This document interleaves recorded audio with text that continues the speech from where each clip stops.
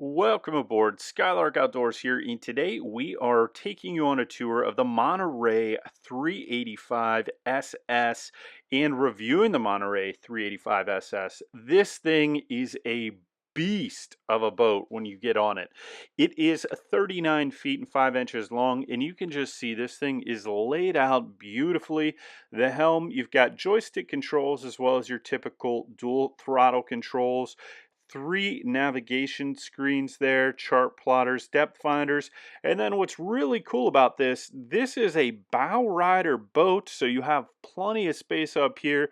I bet you could fit 8 to 10 people up here fairly comfortably, but it still has a head as well as a little berth for you to go ahead and sleep on or take a nap on. So lots of space for company on this boat, and I think that's one of the most interesting things about this. This is a massive boat. It feels big when you're on it for the side. You can see there is the head on the port side, and then on the starboard side, you've got a little berth here, kind of like you could probably fit two people in this berth if you kind of fold it down and rearrange the cushions, but you could fit one person comfortably. Two people might be a little bit cozy in there.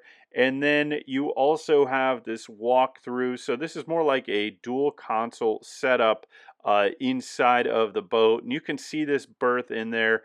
Once we get down, you've got kind of like a little bench you can change in, and then a further back a bed, but you could sleep on the bench and or in the bed. And then you've got some drawers up there. You got a TV, so if you want to watch some TV, and there is enough room that you can stand up and kind of change. Plenty of windows in there, but that's also where you've got all your circuit breakers, controls. There's a refrigerator down there as well as a like a microwave type device for heating things up. And then you've got your head over here, which is actually fairly spacious for this boat and outfitted pretty nicely. I like how it's outfitted. You've got plenty of room there in the head, as well as you've got a shower in that head, and then these both fold down. So instead of having your traditional cabin cruiser, this is a day boat that'll let you stay overnight on it if you want. And then you've got the dual helm chairs, and each one of these helm chairs you could definitely fit two people on, which I love. And then this one is for sale. You could scan in the specs, but this was at the Bay Harbor 2024 boat show. I don't know if this thing is still available, but quite an interesting boat. And you've got right there underneath that console another refrigerator slash ice box there. And then you can see the controls. This one is outfitted with, I believe, Mercury engines on it, and it had triple 400s, but you can actually get this with triple 350 Verados as well. We'll go through some of the specifications on this boat and speed, but you can see the layout here is just beautiful. You've got plenty of space everywhere to entertain, and then that cushion will fold either way, so you have more of a layout, or you've got more of a deck boat. And yeah, it is the triple V10 400 horsepower engines. Now, in terms of capabilities of this boat and some of the other specifications, 39 feet 5 inches long, 10 or 11-foot beam. So this thing is a very wide boat, and you can feel it when you're on it. You've got a 1200 horsepower max horsepower rating, and this is outfitted with the max horsepower rating with those triple 400s. And then you've got a 250-gallon fuel tank, 21-degree dead rise on the hull, 49 gallons of water capacity, 28 gallons of waste capacity, 10-foot 3 of bridge clearance when you're on the water. So if you've got a bridge that you've got to get out through a canal, that is what you've got. It's yacht certified, 66 mile an hour top speed if you go with the triple 350 Verados. And what's funny about this, triple 350 Verados technically in the literature says that it has a higher top speed than the triple 400 Verados, but it's only like a mile or two per hour difference. But what's really nice, I think, here is if you did go with the triple 350 Verados, you get 32 gallon per hour at 42 mile an hour cruise.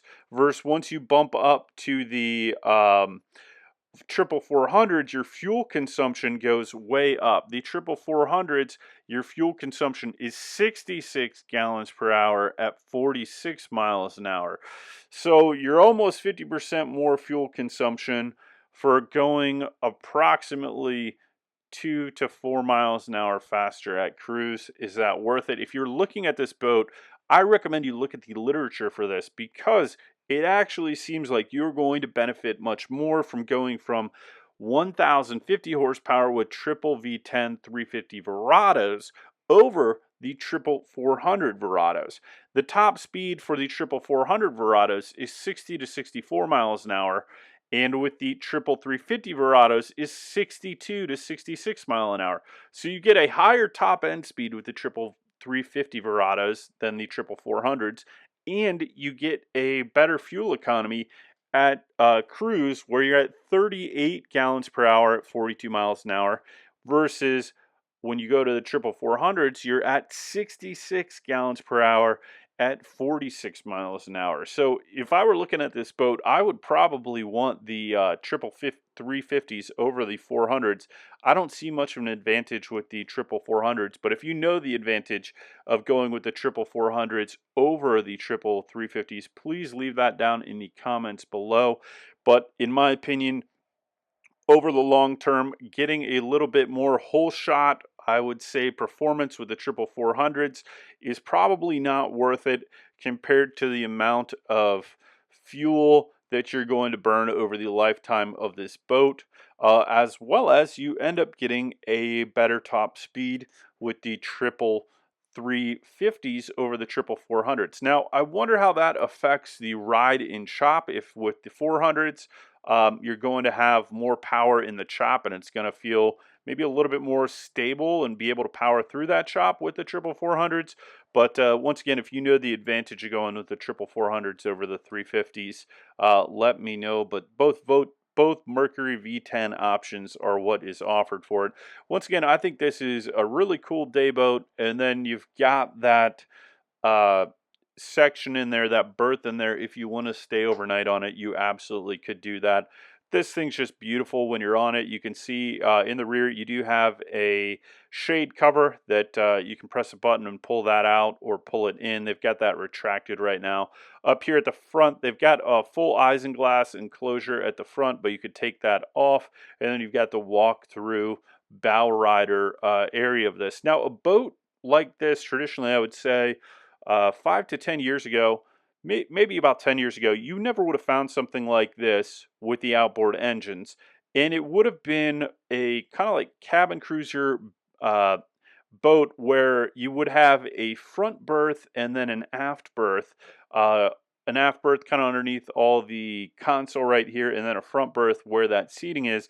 And then the effect of that with the front berth would be that you would sit on top of the boat versus in the boat. Now, what are the advantages of the bow rider versus the traditional cabin cruiser layout? Well, I think for one, it's safer if you've got a lot of passengers up here. You're down in the boat rather than being up on top of the boat. And there's typically just a little railing in those bow riders, where are typical a little railing in the cabin cruisers. Versus this, you're kind of down in it.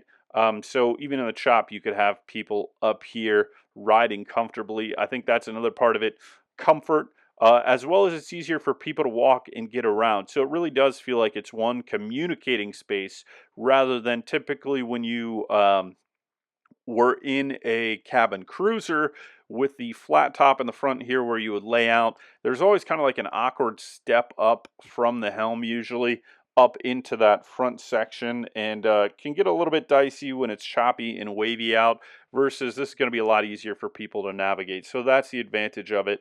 What is the disadvantage of this is that you definitely get smaller berths. You get kind of this little berth on one side, and then you get the head, versus with the cabin cruiser, you typically have a full queen or king berth up in the front, plenty spacious with lots of headroom. And Just really nice layout. Usually you'd have an interior table. Here you don't have any of that. So if you're in colder weather, maybe that affects you. You really do have livable space in a cabin cruiser versus this. However, if you're entertaining people, I think you're going to end up liking this boat a lot more if you're entertaining a lot of people, having a lot of people every time you go out, and you just want to be more comfortable for the day trip versus with the cabin cruiser. Maybe you're going to go on a couple day trip. The cabin cruiser might be a little bit more comfortable for that. But I would really like to know how many people actually use their cabin cruisers for day trips or multi-day trips over just going out and enjoying the sun, the ocean, the lake, whatever. I tend to think a lot of people will comment that they do multi-day trips all the time because that's just the kind of user that will get a cabin cruiser. They'll tell you about it. And trust me, I've had cabin cruisers before, beautiful boats. Uh, Reality was, I would say 1 or 2% of the time we used it for an overnight trip versus 99% of the time was taking other people out and enjoying the water. So just food for thought in terms of if you're looking at one of these boats, should you have gone with a cabin cruiser or should you go with a, I guess, this would be a bow rider boat, which is laid out almost like a ski boat, but it's definitely not a ski boat. This is yacht. This is yacht certified. So just things to think about when you're looking at this boat. But overall, beautiful boat. Everything well done. It's awesome on here. Feels very spacious. Feels even bigger than it looks, which is, I think, really telling about this boat. But overall, seems high quality. So hope you enjoyed this video in review of the Monterey 385 SS, and we will see you next time.